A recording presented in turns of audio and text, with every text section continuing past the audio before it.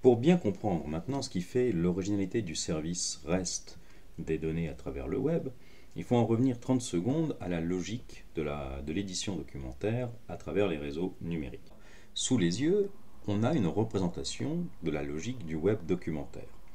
La logique du web documentaire, c'est quelque chose qui, grosso modo, naît avec Tim Berners-Lee dans les années 90. C'est la logique qui voudrait associer à l'image du service des documents numériques l'image de livres de la bibliothèque. Comment est-ce qu'on accède à la bibliothèque?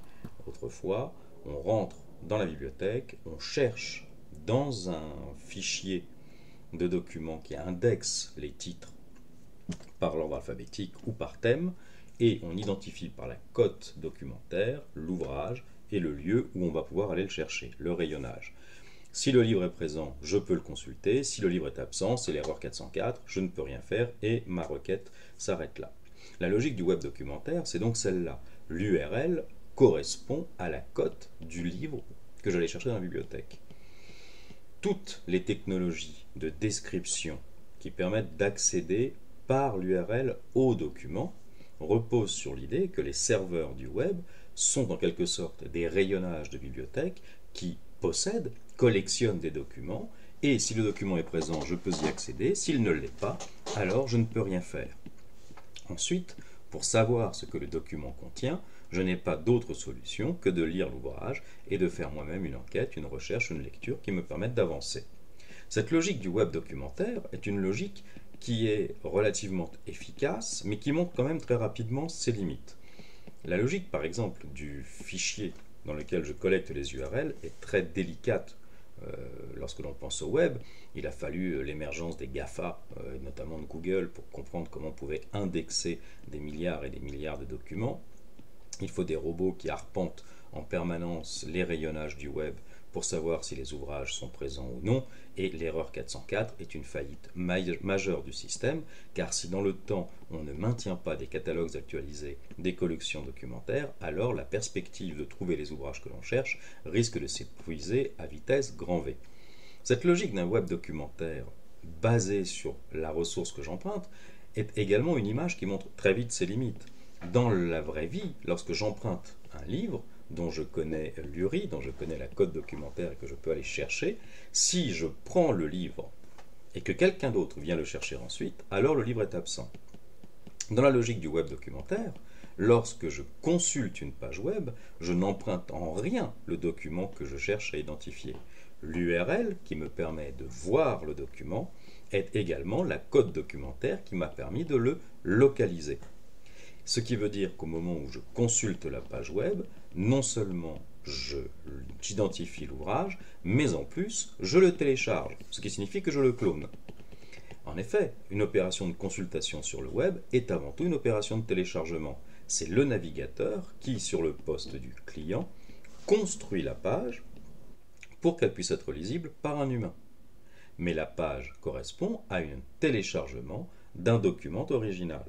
Ce qui signifie donc qu'il existe une probabilité, certes infime, mais une probabilité malgré tout, pour qu'à un même instant coexistent des millions d'exemplaires d'un même document original, téléchargé par plusieurs clients, et qu'entre le moment où ces gens consultent le document d'origine et le moment où, par exemple, l'auteur premier le modifie, eh bien, il puisse y avoir deux états du même document qui coexistent sur le même serveur, ou en tout cas entre le serveur qui sert le document et le client. Le client vient de télécharger un document, l'auteur vient de le modifier, et pendant le laps de temps avant que la page en quelque sorte ne se rafraîchisse chez le client, eh bien il existe une situation aberrante pendant laquelle le livre pensé par l'auteur n'est pas le document lu par le lecteur, alors que pourtant ce document lu par le lecteur est bien le clone du document original.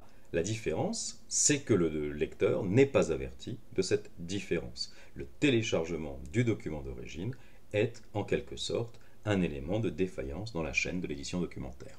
Dans les années 90, dans sa thèse, était de ne plus associer la logique du localizer, de l'URL, URI, URN, à un document numérique matériellement présent sur un serveur, dans tous ses états, mais d'associer plutôt à une URL un algorithme, et donc de permettre le déclenchement d'un algorithme par la consultation d'une URL. Et ça change fondamentalement le rapport au document. Si vous regardez sur le schéma qui est à l'écran, vous voyez qu'en fait, si le formulaire reste l'objet fondamental, autour duquel tout tourne pour la consultation et pour le déclenchement de l'opération, derrière l'URL ne se trouve plus un document, mais un processeur, dans mon cas XQuery, associé à une base de données XML, qui va créer le document en fonction de l'URL qui est convoquée par le lecteur. Et donc, il n'y a plus une logique de collection documentaire, mais une logique de déclenchement d'algorithmes qui, pour ainsi dire, peut retailler les corpus contenus dans les bases de données au vol en fonction de la demande du client. Cette logique, qui part un peu l'urgence des problèmes posés par l'erreur 404, un algorithme répond toujours pour peu qu'il y ait un processeur derrière, eh bien, pose quand même le problème de l'octorialité. Qui est l'auteur du document premier?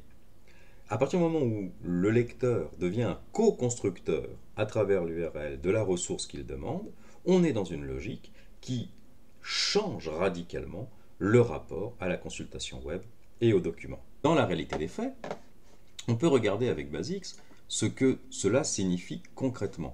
Alors je vais simplement partir là encore du même projet, de projet Gord, où vous voyez qu'en fait le site web, donc, comme je vous l'avais déjà expliqué dans une précédente vidéo, est servi par un serveur REST qui est le serveur de BASIX, qui lui-même est un serveur Jetty associé aux bases de données BASIX, et qui donc est un serveur REST XQ, un serveur REST XQuery. Et bien ce serveur sert l'ensemble des URL qui sont présentes sur le document. Donc par exemple, en l'occurrence, vous voyez qu'il y a plusieurs liens qui permettent de naviguer sur le site, de passer en anglais, en français, de pouvoir par exemple consulter les pages web. Eh bien, vous voyez que chacun de ces clics enclenche une série d'actions jusqu'à la consultation d'une des lettres contenues dans la base de données et un accès aux différents menus. Chacune de ces actions correspond en fait à une URL qui est elle-même une application développée dans le cadre du projet. Qu'est-ce que ça signifie, une URL associée à une action? Alors pour ça, il faut rentrer dans la logique de la construction des documents, ou plutôt des applications web à travers la logique REST-XQ. Ici, vous avez une opération de déclaration qui correspond à une déclaration de fonction. Le nom de la fonction, vous le voyez ici, ligne 9, function EasyLex codice. Donc vous voyez que cette fonction, cette déclaration correspond, pour ceux qui ont déjà codé, à une déclaration classique de fonction, le nom de la fonction, les arguments de la fonction et le corps de la fonction. La petite nuance vient ici de l'association du paramètre RESTPath qui permet d'associer à une fonction, ici EasyLexCodice, une URL servie par le serveur. Autrement dit, tout ce qui suit ici est en fait un algorithme qui produit une page web au vol au moment de la requête par le lecteur. Il existe des fonctions qui ont pour but de créer ou d'altérer les données. Il existe des fonctions qui ont pour but d'afficher et qui ont pour but de gérer des variables. L'ensemble des URL qui sont présentes sur ce site sont en fait des déclencheurs d'algorithmes, sont des fonctions qui déclenchent une opération sur la base de données.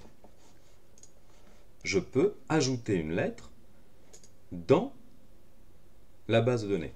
Les auteurs ont accès à un ensemble de données, un ensemble de documents qui leur permettent de pouvoir modifier, ajouter ou éditer des données. Alors on va regarder par exemple une lettre, on va en consulter une ici.